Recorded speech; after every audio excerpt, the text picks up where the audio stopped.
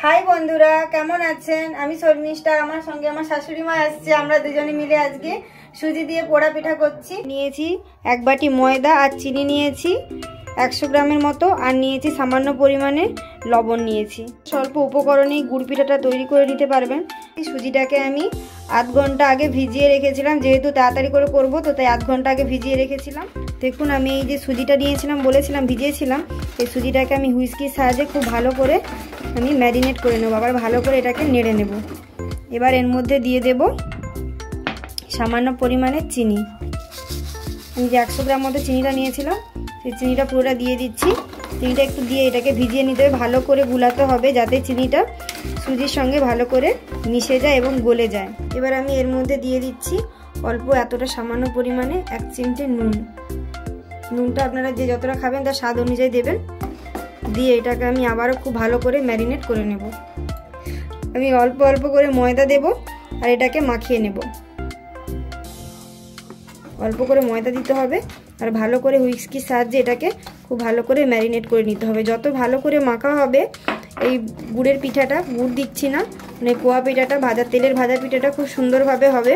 বাড়িতে যদি গেস্ট আসে আপনারা ইনস্ট্যান্টলি এরকম বানিয়ে নিতে পারবেন এই শীতের সন্ধ্যেতে গরম গরম গুড় পিঠা যা অসাধারণ খেতে লাগে এগুলো আমি আস্তে আস্তে করে এটাকে ম্যারিনেট করে নিচ্ছি আমি তেলটা গরম করতে বসিয়ে দিয়েছিলাম তেলটা গরম করতে বসিয়ে দিয়েছি দেখুন তেলটা গরম হয়ে গিয়েছে আমি ভালো করে হাত দিয়ে দেখে নিচ্ছি হ্যাঁ তেলটা আমার গরম হয়ে গিয়েছে এবার আমি আস্তে আস্তে করে একটা একটা করে পিঠাগুলো দিয়ে দেব এবার আমি আস্তে আস্তে করে পিঠাগুলোকে তেলের উপরে দিয়ে দেব পিঠাগুলো যদি তেলের উপরে চলে আসে তাহলে ভাববেন যে তেলটা খুব সুন্দরভাবে গরম হয়ে গিয়েছে ছেড়ে গিয়েছে নিজে নিজেই ভেসে ফুলে উঠেছে খুব সুন্দর একটা কালার চলে এসছে ইনস্ট্যান্টলি এটা বানিয়ে নিতে পারবেন আপনাদের বাড়িতে গেস্ট আসলে শীতের সন্ধ্যেতে কত সুন্দর হয়ে গিয়েছে এবার আমি এগুলোকে ব্রাউন করে ভেজে আমি একটা পাত্রের মধ্যে তুলে নেব এরপর আমি পিঠেগুলো ভেজে একটা পাত্রের মধ্যে তুলে রেখে দিচ্ছি এটাকে নিয়ে বাকি পিঠেগুলোকেও এইভাবে একই রকমভাবে ভেজে নেব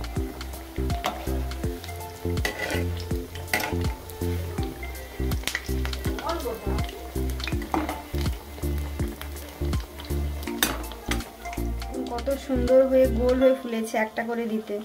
এভাবে একটা একটা করে ভেজে নেবেন দেখবেন লুচির মতো গোল হয়ে ফুলকো ফুলকো গোলুমোলু হয়ে হবে এবার এক পাশ উল্টে দিচ্ছে এপাশ ওপাশ দুই পাশ ভালো করে ব্রাউন করে ভেজে এটাকে আমি তুলে নেব এবার এটাকে মা তুলে রেখে দিচ্ছে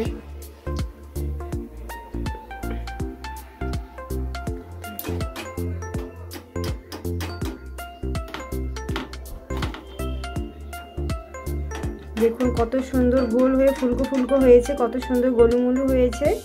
খুব নরম ও সফট হয়েছে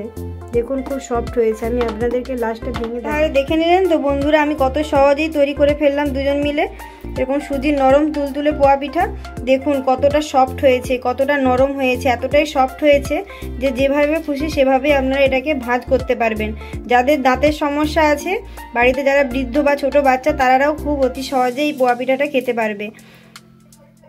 তাহলে আপনারা অবশ্যই বাড়িতে এটা তৈরি করুন তৈরি করে আমাকে অবশ্যই জানাবেন যে এটা কেমন লেগেছে